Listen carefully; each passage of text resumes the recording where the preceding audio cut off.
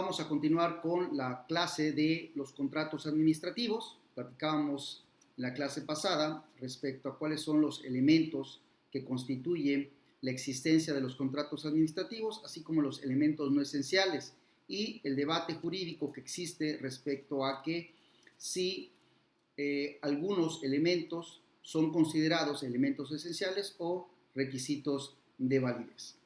Continuamos con la clase respecto y platicaremos en este momento sobre ya evidentemente analizado todos los elementos conceptuales del contrato administrativo, las características, los elementos, los principios. Vamos a entrar ahora a platicar sobre los contratos administrativos que existen, al menos en la legislación mexicana, ¿verdad? Ello no significa que en otras partes del mundo puedan existir algún otro tipo de contratos administrativos. Pero lo que atañe a nuestra situación jurídica o en nuestro régimen jurídico mexicano, podemos hablar de cuáles son los contratos administrativos que existen y las diversas disposiciones legales que hacen referencia a este tipo de contratos.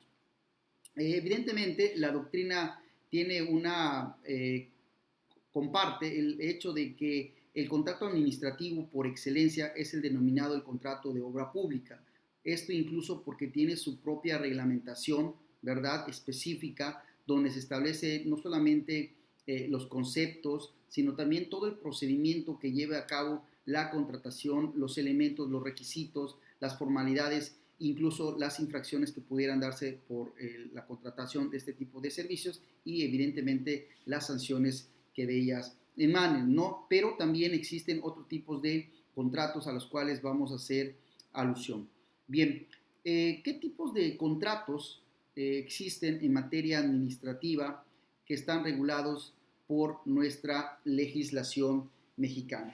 Evidentemente, como hemos señalado, el primero es el contrato de obra pública. Incluso existe una legislación específica a la cual ya hemos hecho referencias en anteriores clases, que es la Ley de Obras Públicas y Servicios relacionados con las mismas.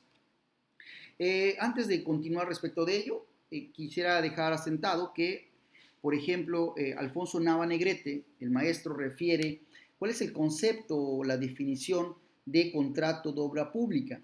Al respecto nos dice el maestro Nava Negrete que es un contrato administrativo por el cual un particular o empresario presta el servicio de una obra pública a la administración a cambio de un precio, ¿no? Esto lo señala el maestro Nava Negrete. Al respecto, la ley que hemos hecho mención dice en su artículo 3 que se consideran obras públicas los trabajos que tengan por objeto construir, instalar, ampliar, adecuar, remodelar, restaurar, conservar, mantener, modificar y demoler bienes inmuebles. Todo ello entra, digamos, de manera general en las obras de obra pública y que por ende son susceptibles de una contratación de la administración pública con un particular. Pero además, la misma disposición legal refiere que también se pueden considerar obras públicas el mantenimiento y restauración de bienes muebles incorporados o adheridos a un bien inmueble, los proyectos integrales en los cuales el contratista se obliga desde el diseño de la obra hasta la terminación total, los trabajos de exploración, localización y perforación distintos a los de la extracción del petróleo y gas, la instalación de las islas artificiales y plataformas utilizadas directa o indirectamente en la explotación de recursos naturales, los trabajos de infraestructura agropecuaria, la instalación, montaje, colocación o aplicación, incluyendo las pruebas de operación de bienes muebles que deban incorporarse, adherirse o destinarse a un inmueble, las asociadas a proyectos de infraestructura que impliquen inversión a largo plazo, ¿verdad? Son aquellas que son consideradas como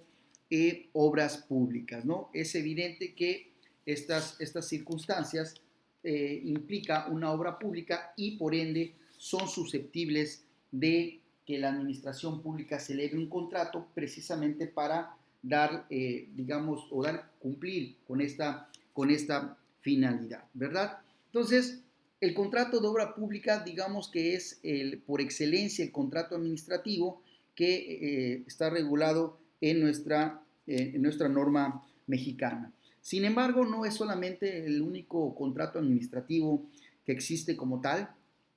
También al respecto hay otras leyes que hablan respecto a los contratos administrativos. Específicamente nos referimos a la Ley de Adquisiciones, Arrendamientos y Servicios del Sector Público, ¿verdad? Que entre otras cosas señalan que podrán ser susceptibles de contratación por parte de la administración pública las adquisiciones y arrendamientos de bienes muebles, las adquisiciones de bienes muebles que deban incorporarse, adherirse o destinarse a un inmueble, las adquisiciones de bienes muebles que incluyan la instalación por parte del proveedor en inmuebles que se encuentren bajo la responsabilidad de las dependencias de la administración pública cuando su precio sea superior al de su instalación.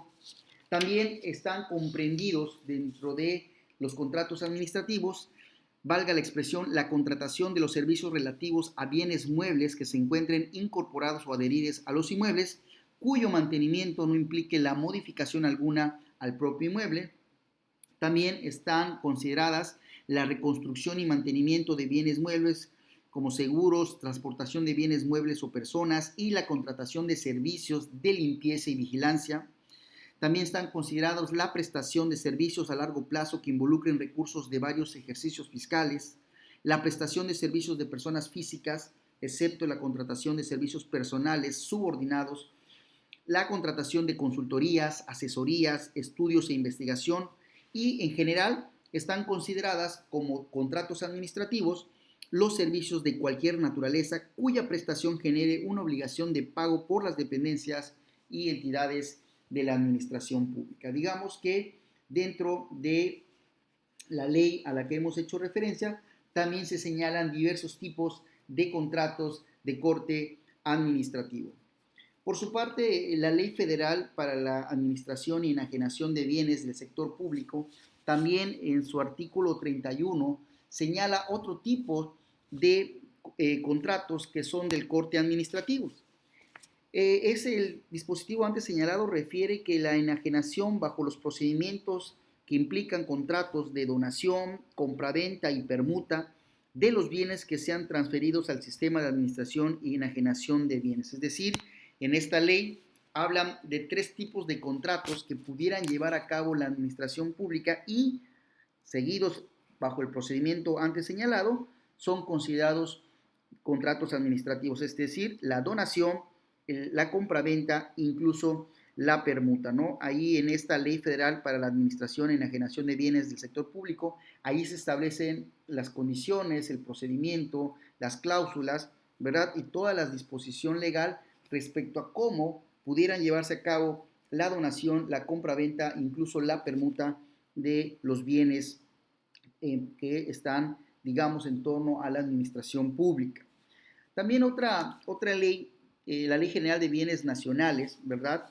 Prevé la venta, la donación, incluso el comodato de los bienes muebles de propiedad federal que están a su servicio y que por su uso, su aprovechamiento o su estado de conservación no sean ya adecuados o resulten, digamos, inconvenientes su utilización en el mismo. Así también se prevé la venta y la donación de los desechos respectivos, ¿no? Esta ley general de bienes nacionales, insisto, en su dispositivo 84, refiere que también pueden ser causa de un contrato administrativo, insisto, la venta, la donación y el comodato. Incluso también la propia ley en otro numeral hacen referencia a la permuta y al arrendamiento. Es decir, si seguimos el procedimiento que establece dicha ley, los contratos también sugieren un corte administrativo. Por otro lado, también tenemos a la ley del Servicio Público de Energía Eléctrica, la cual ya ha sido abrogada y que hoy día tenemos en nuestro derecho vigente la ley de industria eléctrica. Esta es la que ha, digamos, la ley de industria eléctrica, la que abrogó la nada ley de servicio público. Esta ley, en términos generales, regula el contrato del suministro de energía eléctrica, ¿verdad? Y en la ley de industria eléctrica nos hablan específicamente de tres contratos que puede llevar a cabo la administración pública. Nos habla de un contrato de cobertura eléctrica, nos hablan de un contrato de interconexión legado y también nos hablan de un contrato legado para el suministro básico. Es decir, ya en dicha ley, ley de la industria eléctrica, hay una referencia específica de cómo pudieran llevar a cabo la contratación, en este caso a través de la administración pública, ¿no? Evidentemente, esta misma ley de la industria eléctrica hace referencia a la adquisición de bienes inmuebles, ¿verdad? Perdón, la adquisición de, digamos, disposiciones que pudieran en un momento dado ser susceptibles de una subcontratación, ¿no?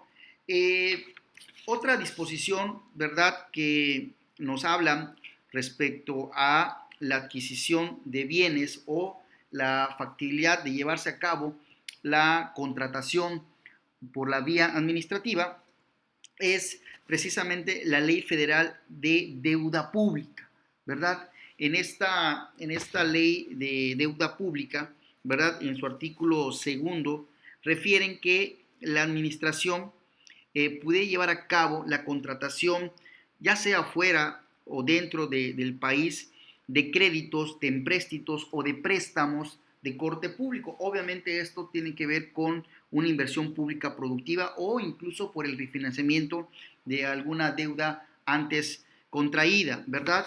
Y este financiamiento pudiera ser ya sea por la emisión de títulos de créditos, ¿verdad? Pagaderos a plazos, puede ser la adquisición de bienes o la contratación de obras o servicios, ¿no? Entonces, esta ley federal de deuda pública también nos hace referencia que pudiera en un momento dado llevarse a cabo la contratación vía administrativa. Con esto podemos darnos una idea, ¿verdad?, que en nuestro país existe diferentes tipos de contratos que pudieran llevarse a cabo. Quiero señalar, evidentemente, que tanto el contrato de obra pública como aquellas que tienen que ver con el suministro de energía eléctrica son contratos denominados, ¿verdad?, o nominados, ya que la propia ley refiere exactamente cuál es el tipo de contratación. En tanto que en las demás disposiciones simple y llanamente hacen alusiones generales respecto a que se pudieran llevar a cabo procedimientos, ya sea para la compraventa, la donación, el comodato, la permuta, ¿verdad?, el arrendamiento de bienes o servicios, que implica que muchos de estos contratos pues, son innominados porque obviamente no tiene un nombre en específico y que evidentemente la administración pública al momento de llevar a cabo y previo procedimiento en ley pueda llevar a cabo. Finalmente también podemos decir que la Ley General de Bienes Nacionales que hemos hecho referencia con antelación, también además de las formas en las que hemos hecho señalamientos, también puede ser, también les faculta llevar a cabo la adquisición de un bien inmueble, ¿verdad? Básicamente, esto implica que no solamente en el tema de la administración pública pueda llevarse a cabo la adquisición de bienes muebles, sino también bienes inmuebles a través de un procedimiento que la misma ley establece, ¿no? Entonces, con esto podemos señalar cuáles son los tipos de contratos que existen en nuestro país y que de una u otra manera forman parte de esta gama de los contratos administrativos a los que hemos hecho alusión. Finalmente, platicando sobre el tema de los contratos administrativos, vamos a entrar a ver lo que es la clasificación, ¿verdad?, de los contratos administrativos. Existe en la doctrina, ¿verdad?, mucha alusión a este tipo de clasificación. Es evidente que no es una clasificación única, es evidente que no es una clasificación que no se pueda mover, ¿verdad? Obviamente cada autor, cada jurista hace una clasificación respecto a lo que él considera deberían ser los contratos administrativos. Algunos tienen 3 o 4 clasificaciones, otros tienen 5 o 6 y va. Lo que hicimos para generar, en el caso de esta clase, visualizar cuáles son los tipos de clasificaciones de los contratos administrativos a los que la mayoría de los autores hacen referencia. Insisto, si nosotros queremos ir a un libro determinado, a un autor determinado, quizás no tengan todas estas formas de clasificación o en algunos casos los llamen de manera diferente. Ello, insisto, no significa que esté mal, simplemente esta clasificación atiende estrictamente asuntos doctrinales y que los diversos juristas o estudiosos en la materia han realizado. Para efectos de esta clase, lo que hizo un servidor fue agrupar o determinar cuáles han sido las formas de clasificar que mayormente utilizan la gran parte de estos estudiosos y lo visualicé o lo plasmé para efectos de la clase. ¿Ok? Entonces, que quede claro que no son los únicos, que quede claro que esta clasificación no lo comparten todos los juristas, sino que traté de poner estas clasificaciones que mayormente utilizan dichos especialistas en la materia. Bien, la primera forma de clasificar a los contratos administrativos nos dicen que es por el número de partes que resultan obligadas, es decir, quienes al momento de firmar o pactar un contrato resultan obligadas de su clausulado. Y básicamente nos habla de cuestiones unilaterales y cuestiones bilaterales. Evidentemente, cuando hablamos de contratos unilaterales, nos referimos cuando cada una de las dos partes emite su respectiva declaración de voluntad para conformar el acuerdo de voluntades. Esto tiene un asidero legal en el artículo 1835 del Código Civil, ¿verdad? Que nos dice que el contrato es unilateral cuando una sola de las partes se obliga hacia la otra sin que ésta le quede obligada. Es decir, es cuando solamente existe una obligación por parte de alguna de ellas y la otra evidentemente no tiene obligación alguna. Hablando de ejemplos respecto a qué tipo de contratos pudieran estar dentro de ellos, ¿verdad? Hablaríamos prácticamente de los contratos unilaterales. Seguramente quienes ya vieron la materia o la clase de las formas de adquisición de bienes por parte del Estado, muchos de ellos hablábamos de eran actos o contratos administrativos de corte unilateral. Incluso en algunos doctrinarios les hablan como una compraventa forzada. Esto es que solamente una de las partes se ve obligada y básicamente nos podemos hablar de la expropiación, de la nacionalización o incluso de la requisición. Estos tres tipos de contratos, ¿verdad?, son unilaterales, puesto que solamente una de las partes resulta obligada. En temas, por ejemplo, de la requisición, podríamos acudir a lo que establece, ¿verdad?, en temas administrativos, la requisición militar, ¿no?, que ya hemos platicado en anteriores clases, cuando por cuestiones de causa o utilidad pública o de una guerra, se necesita que un particular pudiera dar un servicio o algún bien mueble a los militares, o en su caso a la Ley Federal de Telecomunicaciones y Radiodifusión, donde también a través de la vía de la requisición el Estado puede requisar, valga la expresión, las vías generales de comunicación, así como los bienes muebles e inmuebles, además de los derechos necesarios para operar dichas vías. Y también en el tema de la ley de la industria eléctrica, ¿verdad? También nos hablan de la requisición o de la requisa. En su artículo 155 nos habla evidentemente que en el caso de de una eventualidad o un inminente peligro a la seguridad nacional y para efectos de que se siga suministrando la energía eléctrica, también el Estado pudiera requisar, precisamente requisar en este caso todos los muebles o inmuebles que tengan que ver con la energía eléctrica, precisamente para dar continuidad a la exposición de dicha energía, ¿no?, de dicho recurso que se utiliza. Bien, ok. En el caso de los bilaterales, ¿no?, los acuerdos bilaterales, ¿no?, evidentemente es aquella en donde se obligan las partes de manera recíproca por virtud de un contrato. Y de aquí, digamos, la gran mayoría de los contratos administrativos son bilaterales. ¿verdad? Porque existen, de cierta forma, situaciones en donde se obligan cada una de ellas. Y podemos estar hablando del arrendamiento, de la compraventa, los contratos de obra pública, no sé, los contratos de servicios, ¿verdad?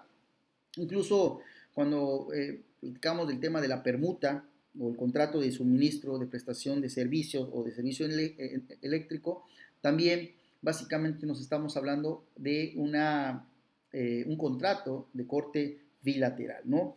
Esta disposición también tiene su asidero en el artículo 1836 del Código Civil Federal, que refiere que el contrato es bilateral cuando las partes se obligan de manera recíproca, ¿verdad? Digamos que básicamente la gran mayoría de los contratos administrativos son de corte bilateral. Otra clasificación a la que nos hacen referencia son por las relaciones pactadas, ¿no? Y en este caso pueden ser a título gratuito o a título oneroso, ¿verdad? En el primer caso, ¿no? Cada parte actúa con intención de libertad, sin contraprestación alguna, ¿no? Y básicamente nos estamos refiriendo a la donación, ¿verdad? Que se pudiera dar en la administración pública. Eh, Normalmente, por ejemplo, en el tema de la donación, cuando, ya lo dijimos hace un rato, cuando por cuestiones de aprovechamiento, por su uso, la administración pública ya no pueda llevar a cabo o darle, conservar o mantener algún bien mueble o inmueble, puede donar precisamente este, este bien a un particular. Evidentemente, la donación tiene que cumplir con ciertas características. Normalmente cuando se habla de una donación de bienes, ¿verdad? Implica que debe cumplir con ciertas características, ¿verdad? Al que se le va a donar. Básicamente nos referimos a que tengan que ser asociaciones con fines sociales, ¿verdad? O que lleven a cabo alguna actividad que sea acorde precisamente a la finalidad que busca la administración pública, ¿verdad? En este caso, no existe alguna, digamos, contraprestación entre las partes, simplemente se cede a título gratuito, ¿verdad? Un bien para el uso y disfrute de otra parte, ¿verdad? El otro clasificación nos hablamos de título oneroso, ¿no? En este caso, ambas partes obtienen contraprestaciones recíprocas por las obligaciones asumidas, evidentemente tratando siempre la equivalencia pecuniaria entre lo que se da y lo que se recibe. También acá, básicamente, la gran mayoría de los contratos administrativos son de esta especie, de oneroso, el arrendamiento, la compraventa, el contrato de obra pública, los contratos de prestación de servicios profesionales, ¿verdad? O el contrato de suministro, todos ellos son onerosos, ¿verdad? Insisto, en su gran mayoría, dado que las partes o las dos partes llevan o reciben una prestación y evidentemente va implícita una obligación. La doctrina nos refiere que se trata o se debe tratar de que exista una equivalencia en cuanto a lo que se da y en cuanto a lo que se recibe, ¿verdad? En el artículo 1837 del Código Civil justamente habla de estas dos formas de llevarse a cabo un contrato. Específicamente, en su artículo 1837 señala que el contrato oneroso es aquel en que se estipulan provechos y gravámenes recíprocos, en tanto que el contrato es gratuito en aquel en el que el provecho es solamente de una de las partes, ¿verdad? Aquí hay un asidero legal por parte de los contratos administrativos que también guardan mucha relación con lo que se establece para el orden de tipo civil o privado, ¿no? Esto es muy importante. Bien, ¿qué otro tipo o formas de clasificación por parte de bienes del Estado, de los contratos administrativos que lleven a cabo en este caso, la administración pública? Hablamos de por el momento de su perfeccionamiento. Y aquí, en este caso, estamos hablando de 4 tipos de formas en las que se puede clasificar el contrato administrativo. Primero que nada, nos hablan de los consensuales, que básicamente se perfeccionan por el consentimiento de las partes. Es decir, esta es la primera forma o la primera modo en la que se puede clasificar cuando el contrato se perfecciona por el consentimiento de las partes. Al respecto, el artículo 1796 habla que los contratos se perfeccionan por el mero consentimiento, excepto aquellos que deban revestir una forma establecida por la ley. ¿Ok? Entonces, también, digamos, hay una cierta vinculación, similitud en lo que se habla para los contratos administrativos con el contrato privado, contrato civil, respecto a esta forma de contratarse. Y como ejemplos, bueno, podemos hablar de los contratos de prestación de servicios, el contrato de arrendamiento o el contrato de suministro de energía, ¿verdad? Porque evidentemente el contrato se perfeccionan precisamente o se llevan a cabo a partir de que existe un consentimiento por parte de las partes, ¿verdad? Eh, Otra de las formas en las que se clasifica el contrato administrativo es por temas reales. Y en este caso, hablamos de un contrato de tipo real. Significa que el contrato se perfecciona por la entrega o la tradición de la cosa. Es decir, ¿en qué momento se perfecciona el contrato? En el caso de los temas reales, cuando se entrega el bien en este caso, o en que se presta un servicio. Como ejemplos, ¿no? Estamos hablando de la donación, ¿no? Si bien pudiera haber ahí la firma de un contrato de donación, realmente esta se va a dar o se va a perfeccionar, ¿verdad? Cuando se entregue precisamente el bien mueble o inmueble a la persona o al donante, ¿verdad? Esto es muy importante. En el caso de la permuta, también es un ejemplo de un contrato de corte real, dado que si bien puede haber un consentimiento por parte de quienes van a llevar a cabo la permuta, esta no se perfecciona hasta que evidentemente cada una de las partes haya recibido lo que le corresponda. También otro de los ejemplos que podemos señalar es en el tema de la compraventa, ¿no?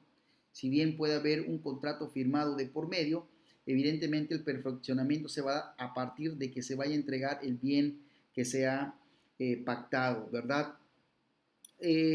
No sé si hablamos ya de casos reales o de casos ya prácticos, por ejemplo, en materia de la adquisición de una casa a través de un crédito público, ¿verdad? O a través de algún programa gubernamental respecto de ello, si bien pudiera haber ya la entrega del título o del documento que nos acreditan como posesionarios de la casa, esta no se va a perfeccionar precisamente cuando el bien o la casa se nos sea entregado, ¿verdad? Esto es uno de los ejemplos de los que podemos hacer alusión respecto a este tipo de clasificación.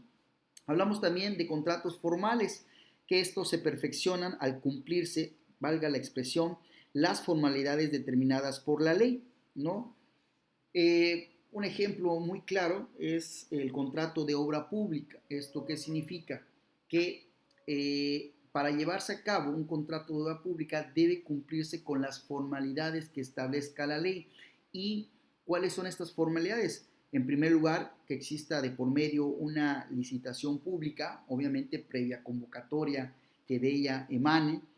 En muchos de los casos, en el caso de las contratos de obra pública, una vez ya adjudicado, digamos, la licitación, el proveedor debe garantizar o entregar las garantías necesarias, ¿no? Y en tanto no otorgue estas garantías, pues no se le puede o no se puede ejecutar el contrato respectivo previo pago o anticipo que se pudiera dar, ¿no? Entonces, esta es una de las formalidades que establece la ley. Evidentemente también existen otras disposiciones, ¿no?, que se pudieran dar. También, si nosotros hacemos referencia a la, alguna donación, por ejemplo, si dentro de la donación se establece que digamos, el donante debe cumplir con ciertos requisitos o acreditar ciertas características, como ser, por ejemplo, una institución de asistencia social, entonces es una formalidad que establece la ley. Entonces no se pudiera dar, en este caso, un contrato de donación si es que este no cumple con las disposiciones que al efecto emita, ¿no? O si existiera alguna disposición expresa por parte de la ley en la cual las partes deben cumplir o deben acreditar su cumplimiento, entonces estamos ante un contrato de corte formal. Y finalmente hablamos de cuestiones de solemnidad o contratos solemnes. En este caso, el perfeccionamiento se va a dar a partir de la existencia de cumplir, obviamente, estas formalidades que son solemnes, así considerados por la ley. Y aquí podremos hablar de dos ejemplos, o ven, el tema de la expropiación, ¿no? La expropiación para efecto de que, digamos, esta solemnidad que se habla es que si bien puede haber una declaración de utilidad pública y que se acredite que el bien inmueble que se pretende expropiar va a ser para utilizarse para llevar a cabo alguna obra de corte o de interés general, existe la declaratoria, llamada así, la declaratoria de expropiación que debe hacer el presidente de la República, si es en el caso de una expropiación federal, o en su caso el gobernador, gobernadora del estado, que en caso de ser un bien de carácter estatal o municipal. Esta solemnidad es importante, insisto, porque puede haber incluso, insisto, la declaración por parte del órgano administrativo de que existe la causa de utilidad pública, puede incluso darse o depositarse la indemnización, pero si no existe esta declaratoria de expropiación, que debe estar evidentemente publicada en el Diario Oficial de la Federación o, en su caso, en el periódico oficial del gobierno del Estado, esta solemnidad, si no se da, si no se realiza, es evidente que en el caso de la expropiación no pudiera perfeccionarse, ¿no? Entonces, hay ciertas disposiciones, ¿verdad?, que la propia ley requiere, no de una formalidad legal de manera lisa, sino que impera la actuación de la administración pública para llevar a cabo o para perfeccionarse precisamente el contrato administrativo. Por otro lado, también nos hablan de los contratos por su previsión en la ley, y esto básicamente tiene que ver o relación con que si se encuentran dentro de una ley de manera específica. Para aquí existen muchos autores, muchos que dicen que basta con que aparezca de manera general que se pudieran llevar a cabo o estarse dentro de esta clasificación, y otros que dicen que no, que existe la necesidad de que de manera expresa se tenga en una ley el tipo o el nombre de contrato que se pudiera llevar a cabo, ¿verdad? Como lo hemos señalado, ¿verdad?, en el tema de los contratos, el que es por excelencia, o así considerado por los juristas, es el contrato de obra pública, porque ese sí está nominado o determinado en una ley. También podemos irnos al contrato de cobertura eléctrica, al contrato de interconexión legado o al contrato legado para el suministro básico, que están contemplados en la ley de la industria eléctrica. Estos son ejemplos de contratos nominados. ¿Por qué? Porque su disposición está dentro de la propia ley. Ahora bien, aquellos contratos que no están de manera expresa dentro de una ley, ¿verdad?, son a los que se les ha considerado como contratos innominados, ¿verdad? Digamos, si bien en la ley de adquisiciones, arrendamientos de bienes muebles, ¿verdad? E incluso en la Ley General de Bienes Nacionales y en las demás disposiciones, existe una disposición donde le otorga la atribución a la administración pública de llevar a cabo diversos tipos de contratos. Esto no los denomina como tal, simplemente habla de que pudiera llevarse a cabo la prestación de servicios, la donación, la compraventa, la permuta, el comodato. En algunas ocasiones, por ejemplo, las dependencias suelen firmar contratos con los particulares de prestación de servicios profesionales por honorarios asimilables a salarios. Este es un contrato que evidentemente no tiene una nominación específica en alguna ley, sin embargo, son tipos de contratos administrativos que la autoridad lleva a cabo precisamente para cumplir con alguna de las finalidades o algunas tareas encomendadas. Entonces, esta clasificación evidentemente atiende a que si se encuentra o no disponible o dispuesta en la ley. Bien, ¿qué otro tipo de contratos o más bien, qué otro tipo de clasificación de los contratos nos habla la doctrina? Contratos administrativos, por supuesto. Nos dice que por la certeza de sus prestaciones, es decir, pueden ser conmutativos o pueden ser aleatorios. Los primeros hacen referencia a que las prestaciones que derivan de las obligaciones asumidas son ciertas desde la celebración del contrato, es decir, que ya se conocen desde el momento mismo de que se va a firmar un contrato. Al respecto, el artículo 1838 del Código Civil Federal señala que el contrato es conmutativo cuando las prestaciones que deban las partes son ciertas desde que se celebra el contrato, de tal suerte que ellas pueden apreciar inmediatamente el beneficio o la pérdida que les cause este. Es decir, que desde el momento mismo en que se va a firmar el contrato, ya sabemos cuáles son las consecuencias jurídicas que va a provocar.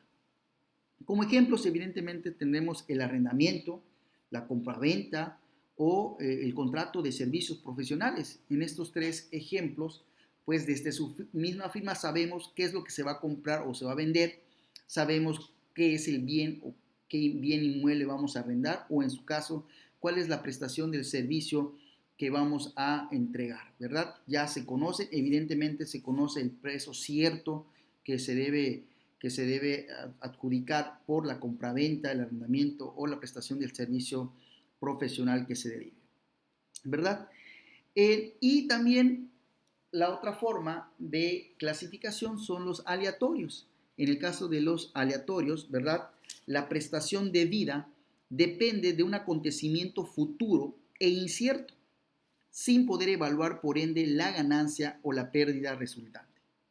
Al respecto, el mismo artículo del Código Civil Federal antes señalado, en 1838, en su parte infine, refiere que el contrato es aleatorio cuando la prestación debida depende de un acontecimiento incierto que hace que no sea posible la evaluación de las ganancias o pérdidas, sino hasta que ese acontecimiento se realice. Es decir, que son aquellos que se llevan a cabo y que no sabemos con toda certeza o no tenemos la seguridad si este contrato nos va a llevar a una ganancia o una pérdida y a cuánto va a ascender dicha ganancia o dicha pérdida.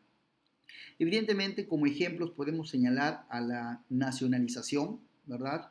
O a la misma expropiación. Estos tipos de contratos, si bien son de utilidad pública y que en apariencia va a ser utilizada por la administración pública para llevar a cabo alguna actividad que va a beneficiar a la sociedad, pues no sabemos si este acto o este contrato administrativo realmente va a tener algunas ganancias o, en su caso, algunas pérdidas y evidentemente tampoco sabríamos el costo o el monto de dichas ganancias.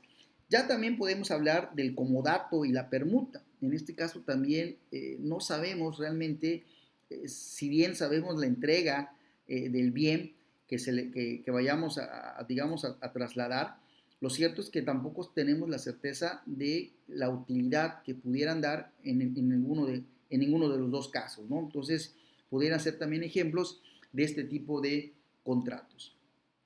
Hablamos también por su relación con otro contrato.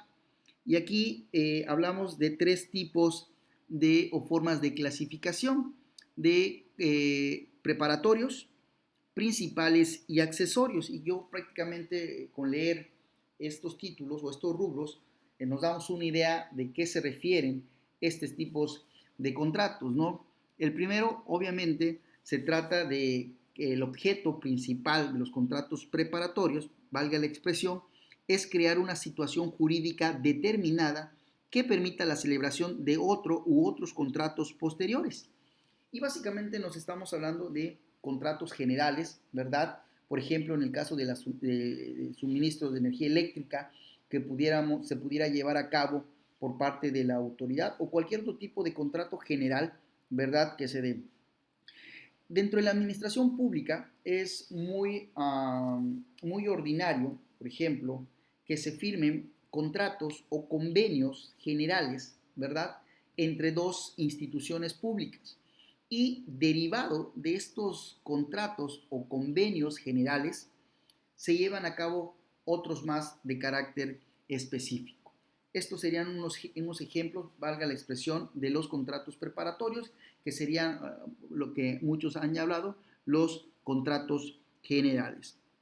De los contratos principales, obviamente son aquellos que son independientes de otros para su existencia y validez, y prácticamente la gran mayoría de los contratos administrativos entran dentro de esta clasificación. Prácticamente el arrendamiento, compraventa, comodato, cualquier otro que evidentemente no tenga que depender de algún otro, entra en los contratos principales, ¿no?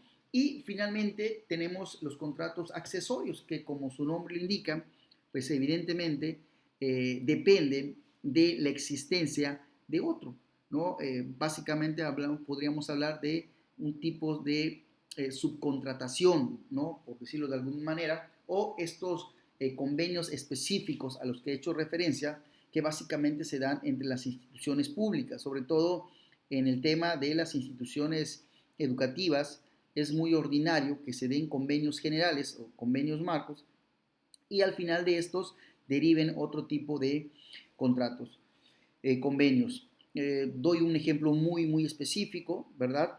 Entre la Universidad de Quintana Roo, por ejemplo, es muy ordinario que esta institución firme contratos o convenios con otras dependencias de gobierno para llevar a cabo actividades de carácter general, de promoción, de difusión, de intercambio, ¿verdad? De corte general. Y una vez hecho este convenio o contrato general, firma otro convenio específico. Y este convenio específico pudiera ser para la prestación de servicios profesionales o la prestación de servicio social o la prestación de las llamadas prácticas profesionales, ¿no? Estos convenios específicos, digámoslo de algún modo, pueden ser como parte de estos contratos accesorios a los que hemos hecho referencia, puesto que necesitan, ¿verdad?, de un contrato previamente firmado entre ambas partes, ¿verdad? Esta sería una forma en la que se pudiera clasificar los contratos administrativos, ¿verdad? En el tema de preparatorios, principales y evidentemente tiempos accesorios. Otras formas en las que se clasifica los contratos administrativos son por el tiempo en que se realizan las prestaciones, ¿verdad? En este caso, pudieran ser de tres tipos: de ejecución inmediata, de ejecución instantánea o de ejecución diferida, o de los llamados de tracto sucesivo, ¿verdad? Son las formas en las que pudieran darse un tipo de contratación. En el caso de ejecución inmediata, evidentemente son aquellas que se consumen al momento de su celebración. Y un ejemplo claro de ello es la compraventa de bienes muebles. Es decir, si la administración pública lleva a cabo una contratación de compraventa de un bien mueble determinado, pues obviamente que estamos hablando de ejecución inmediata, es decir, que en el momento de la celebración se están llevando a cabo digamos, esta contratación. La otra tiene que ver con la de ejecución instantánea. Digamos que aquí, a diferencia del anterior, si bien pudiera darse la contratación de de algún bien, la entrega evidentemente no necesariamente tendría que ser al momento mismo en que se está celebrando. Es decir, que su efecto o el efecto jurídico no pudiera ejecutarse, si bien en un solo instante, este instante no necesariamente tiene que ser en el momento mismo de la celebración de un contrato, pudiera ser con posterioridad. Un ejemplo muy claro de esto es la donación. En la donación, en un día, en una fecha determinada, se firma el contrato y la donación pudiera realizarse con días después. Pero basta que llegue ese día en donde se encuentren las partes o los representantes de estas para que se entregue, en este caso, el bien que se va a donar y en este momento, en ese instante, digamos, se consume la prestación o el contrato. Es decir, en el caso de la ejecución inmediata, es el mismo día o la misma fecha en la que se contrata, que es en la que se consume el bien, o se traslada o se realiza.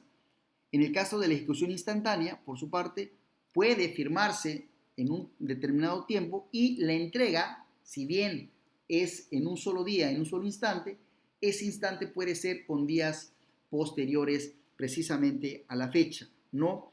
Igual, por ejemplo, pudiera darse el tema de la expropiación, ¿no?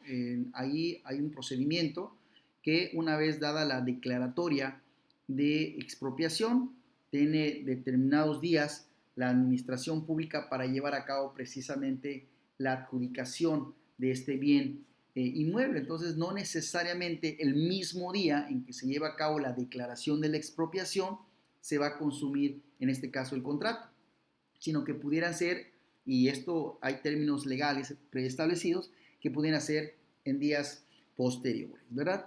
Y finalmente tenemos la de ejecución diferida o, como algunos le llaman, de tracto sucesivo. ¿Esto qué significa? Que pudieran darse, digamos, con el paso del tiempo y que vamos a llamarle de alguna manera, van a estar todos los días, se va a ir realizando o ejecutando la acción, ¿no? Doy un ejemplo muy claro, ¿no? Por ejemplo, en el tema del contrato de arrendamiento, ¿no? El contrato de arrendamiento, el use y disfrute de un bien inmueble, pues no es solo un día, ¿verdad? Sino que a lo largo del tiempo que se estableció al momento, pues se están, digamos, llevando a cabo, perfeccionando el contrato, ¿no? En el caso de la ejecución diferida o de tracto sucesivo, estas pueden ser de tres formas o que viene siendo una subclasificación.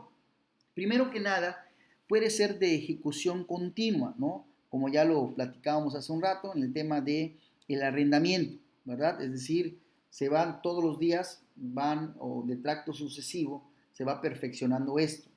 El comodato, por ejemplo, también son unas formas mediante el cual se va de manera continua, todos los días en el que se esté dando este tipo de contratos, pues se van a estar adjudicando, se van a estar perfeccionando este tipo de contratos, ¿no? Es decir, en el caso de la ejecución diferida o de tracto sucesivo, pues, su eficacia precisamente del contrato va a perdurar en un lapso de tiempo que de ellos se emanen, ¿no? Obviamente también dentro de esta clasificación de continua podemos hablar, además del arrendamiento y el comodato, el contrato de prestación de servicios o el contrato de suministro, ¿no? Que también pudieran darse de manera continua en el caso de la suministro de energía eléctrica, incluso por ahí podemos hablar del suministro de agua potable, ¿verdad? Que también forma parte de este tipo de contratos dentro de la ejecución diferida de manera continua. Pero también podemos hablar de ejecución diferida de manera periódica, ¿no? Esto es la obligación que tienen las partes para que de manera periódica, es decir, si bien no diario, pero sí de manera continua, se vayan llevando a cabo algunas actividades. Me explico.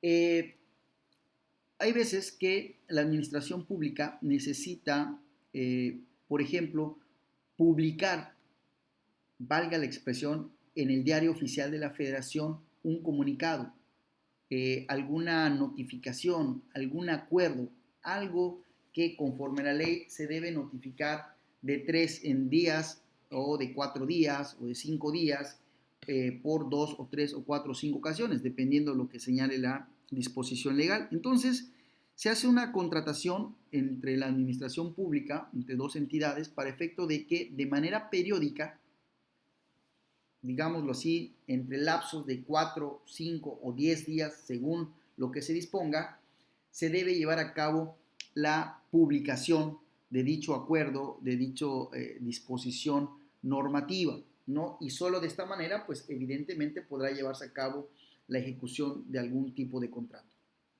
Y esto lo que va a implicar, evidentemente, ¿verdad? Es que el contrato, obviamente, se va a ir perfeccionando en el tiempo en el que se van llevando a cabo precisamente estas prestaciones. Es decir, cada vez que se publique, valga la expresión, en el Diario Oficial de la Federación, tendrá que haber, obviamente, una obligación por parte de una de las partes de pagar y de la otra, evidentemente, de hacer la publicación respectiva. Esto es, si bien es de tracto sucesivo o de ejecución diferida, en el caso del tema periódica, esto se hace en lapsos, ¿no?, de tiempos determinados que, a diferencia de la primera, que es continua, se hacen todos los días. Y finalmente, podemos hablar de ejecución diferida o en su carácter de escalonada. Esto es, hay, por ejemplo, en el tema de los contratos de entrega de suministros, por ejemplo, en temas de papelería, ¿no? Sobre todo, hay un contrato administrativo entre la administración pública y una de las partes. Y la disposición o cláusula de la entrega y en su caso el pago que se haga precisamente del bien va a ser, si bien no todos los días, si bien no en lapsos determinados, como en el caso del periódico, sí va a ser de manera escalonada, es decir, en un primer momento me vas a entregar, no sé, 40 paquetes de hojas blancas, ¿no?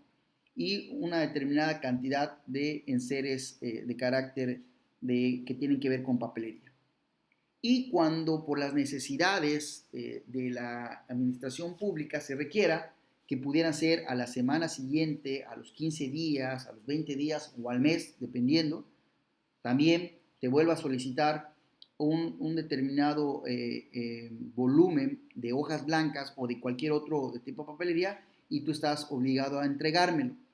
¿Qué significa esto en el tema de la ejecución diferida de manera escalonada?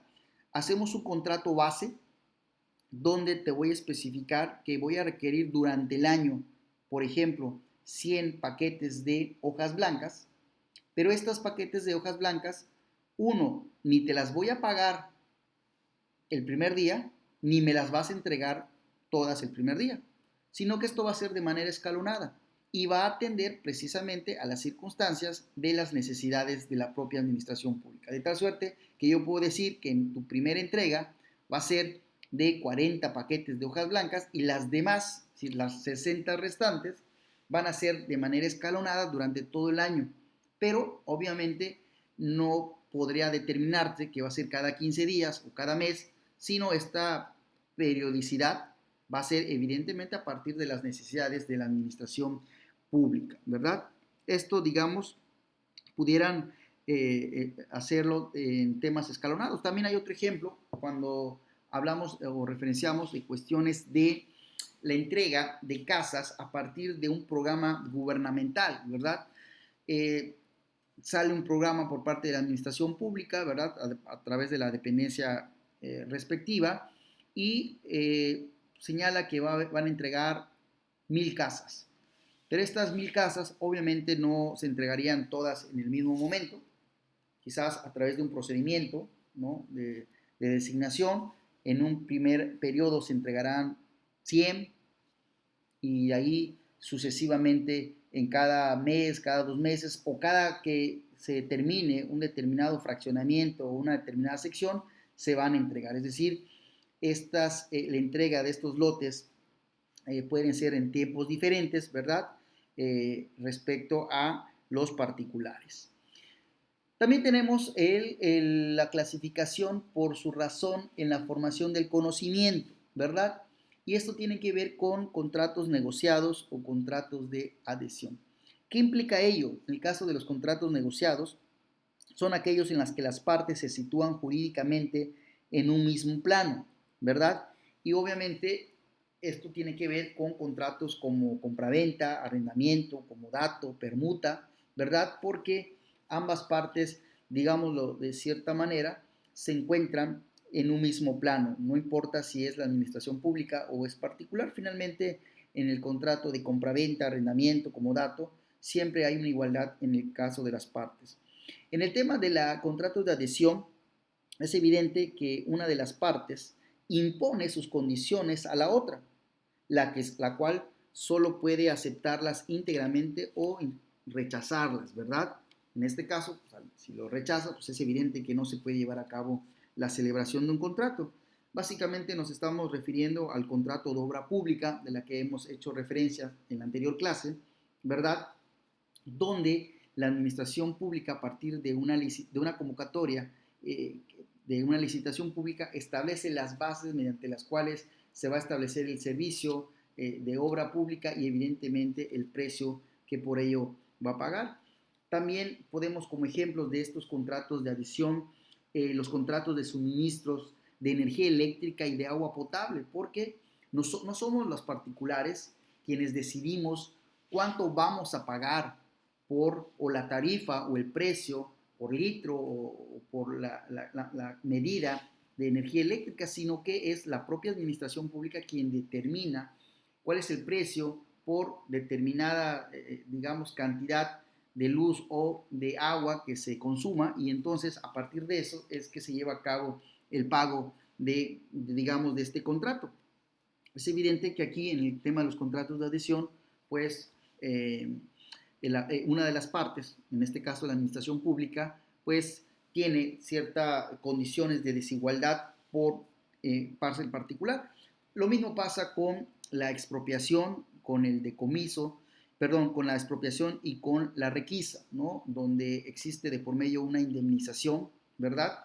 Pero que evidentemente no es a partir de un acuerdo de voluntades entre las partes, sino que aquí existe precisamente una imposición por parte de la administración pública para hacerse de los bienes muebles o inmuebles, o en su caso del servicio público, que se preste en el tema de la requisa, ¿verdad? Esta es otra de las formas mediante las cuales se puede llevar a cabo. Finalmente, otra forma de clasificación del tema de los contratos administrativos son por el origen de las obligaciones pactadas, ¿ok? Y hablan de contratos base, ¿verdad? Y contratos derivados. Esto básicamente tiene que ver con que en el primero de los señalados, contrato base, en los que alguna de las partes adquiere derechos y asume obligaciones que eventualmente podrá transferir mediante subcontratación. Es decir, en el caso de los contratos bases, pueden ser los contratos marcos que hemos hecho referencia, y que en un momento determinado también esta particular que tiene dicho contrato podrá subcontratar para llevar a cabo este tipo de servicios. Y obviamente los contratos derivados o los subcontratos, que son básicamente aquellos que derivan de los contratos bases, ¿verdad? Finalmente, dentro de estas clasificaciones hablamos de por las cualidades específicas del contratante, y estamos señalando ser intuito persone o no intuito persone. ¿Qué significa esto? Que para llevarse a cabo la contratación administrativa ¿verdad? Se necesitan o no de ciertas características acorde a la persona que se contrata. Y básicamente en la gran mayoría de los contratos administrativos nos estamos refiriendo que la cualidad del contratante tiene que ser específica. Es decir, la gran mayoría de los contratos están dentro de la clasificación de que tiene que ser intuite personae. Un ejemplo, el tema de los servicios de obra pública. No cualquiera, por ejemplo, puede llevar a cabo una actividad o una obra pública. Para ello, la propia administración pública, a través de la licitación, se establecen cuáles son los requisitos legales, los requisitos técnicos e incluso los requisitos humanos y financieros que debe tener una empresa para llevar a cabo una actividad.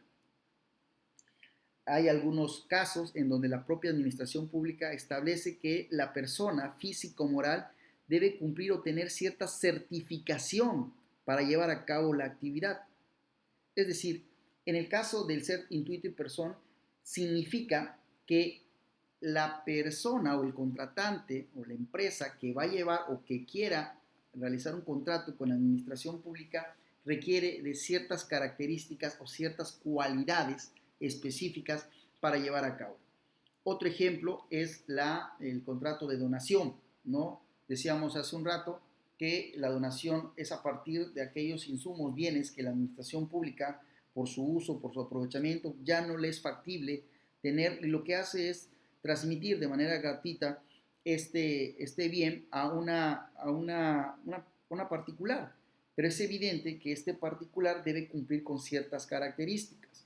Si hablamos de un particular, por lo regular se pide que sea una institución de asistencia social, ¿verdad? Para que se pudiera dar la donación, o en su caso, si se trata de no sé, un bien inmueble de la federación para donar al estado o al municipio, pues es evidente que también el municipio o el estado debe acreditar que necesita, ¿verdad?, este bien inmueble y cuál es la utilidad que le va a dar, y que evidentemente tiene que ser una utilidad de interés general o del bien común. Es decir, gran parte de los contratos de orden administrativos hablan de ser intuitive personae, en tanto que la segunda, ¿verdad?, es que evidentemente la persona que va a llevar a cabo la actividad no necesariamente debe tener alguna calidad en específico, ¿no? Esto es a lo que referimos o que se refiere la administración.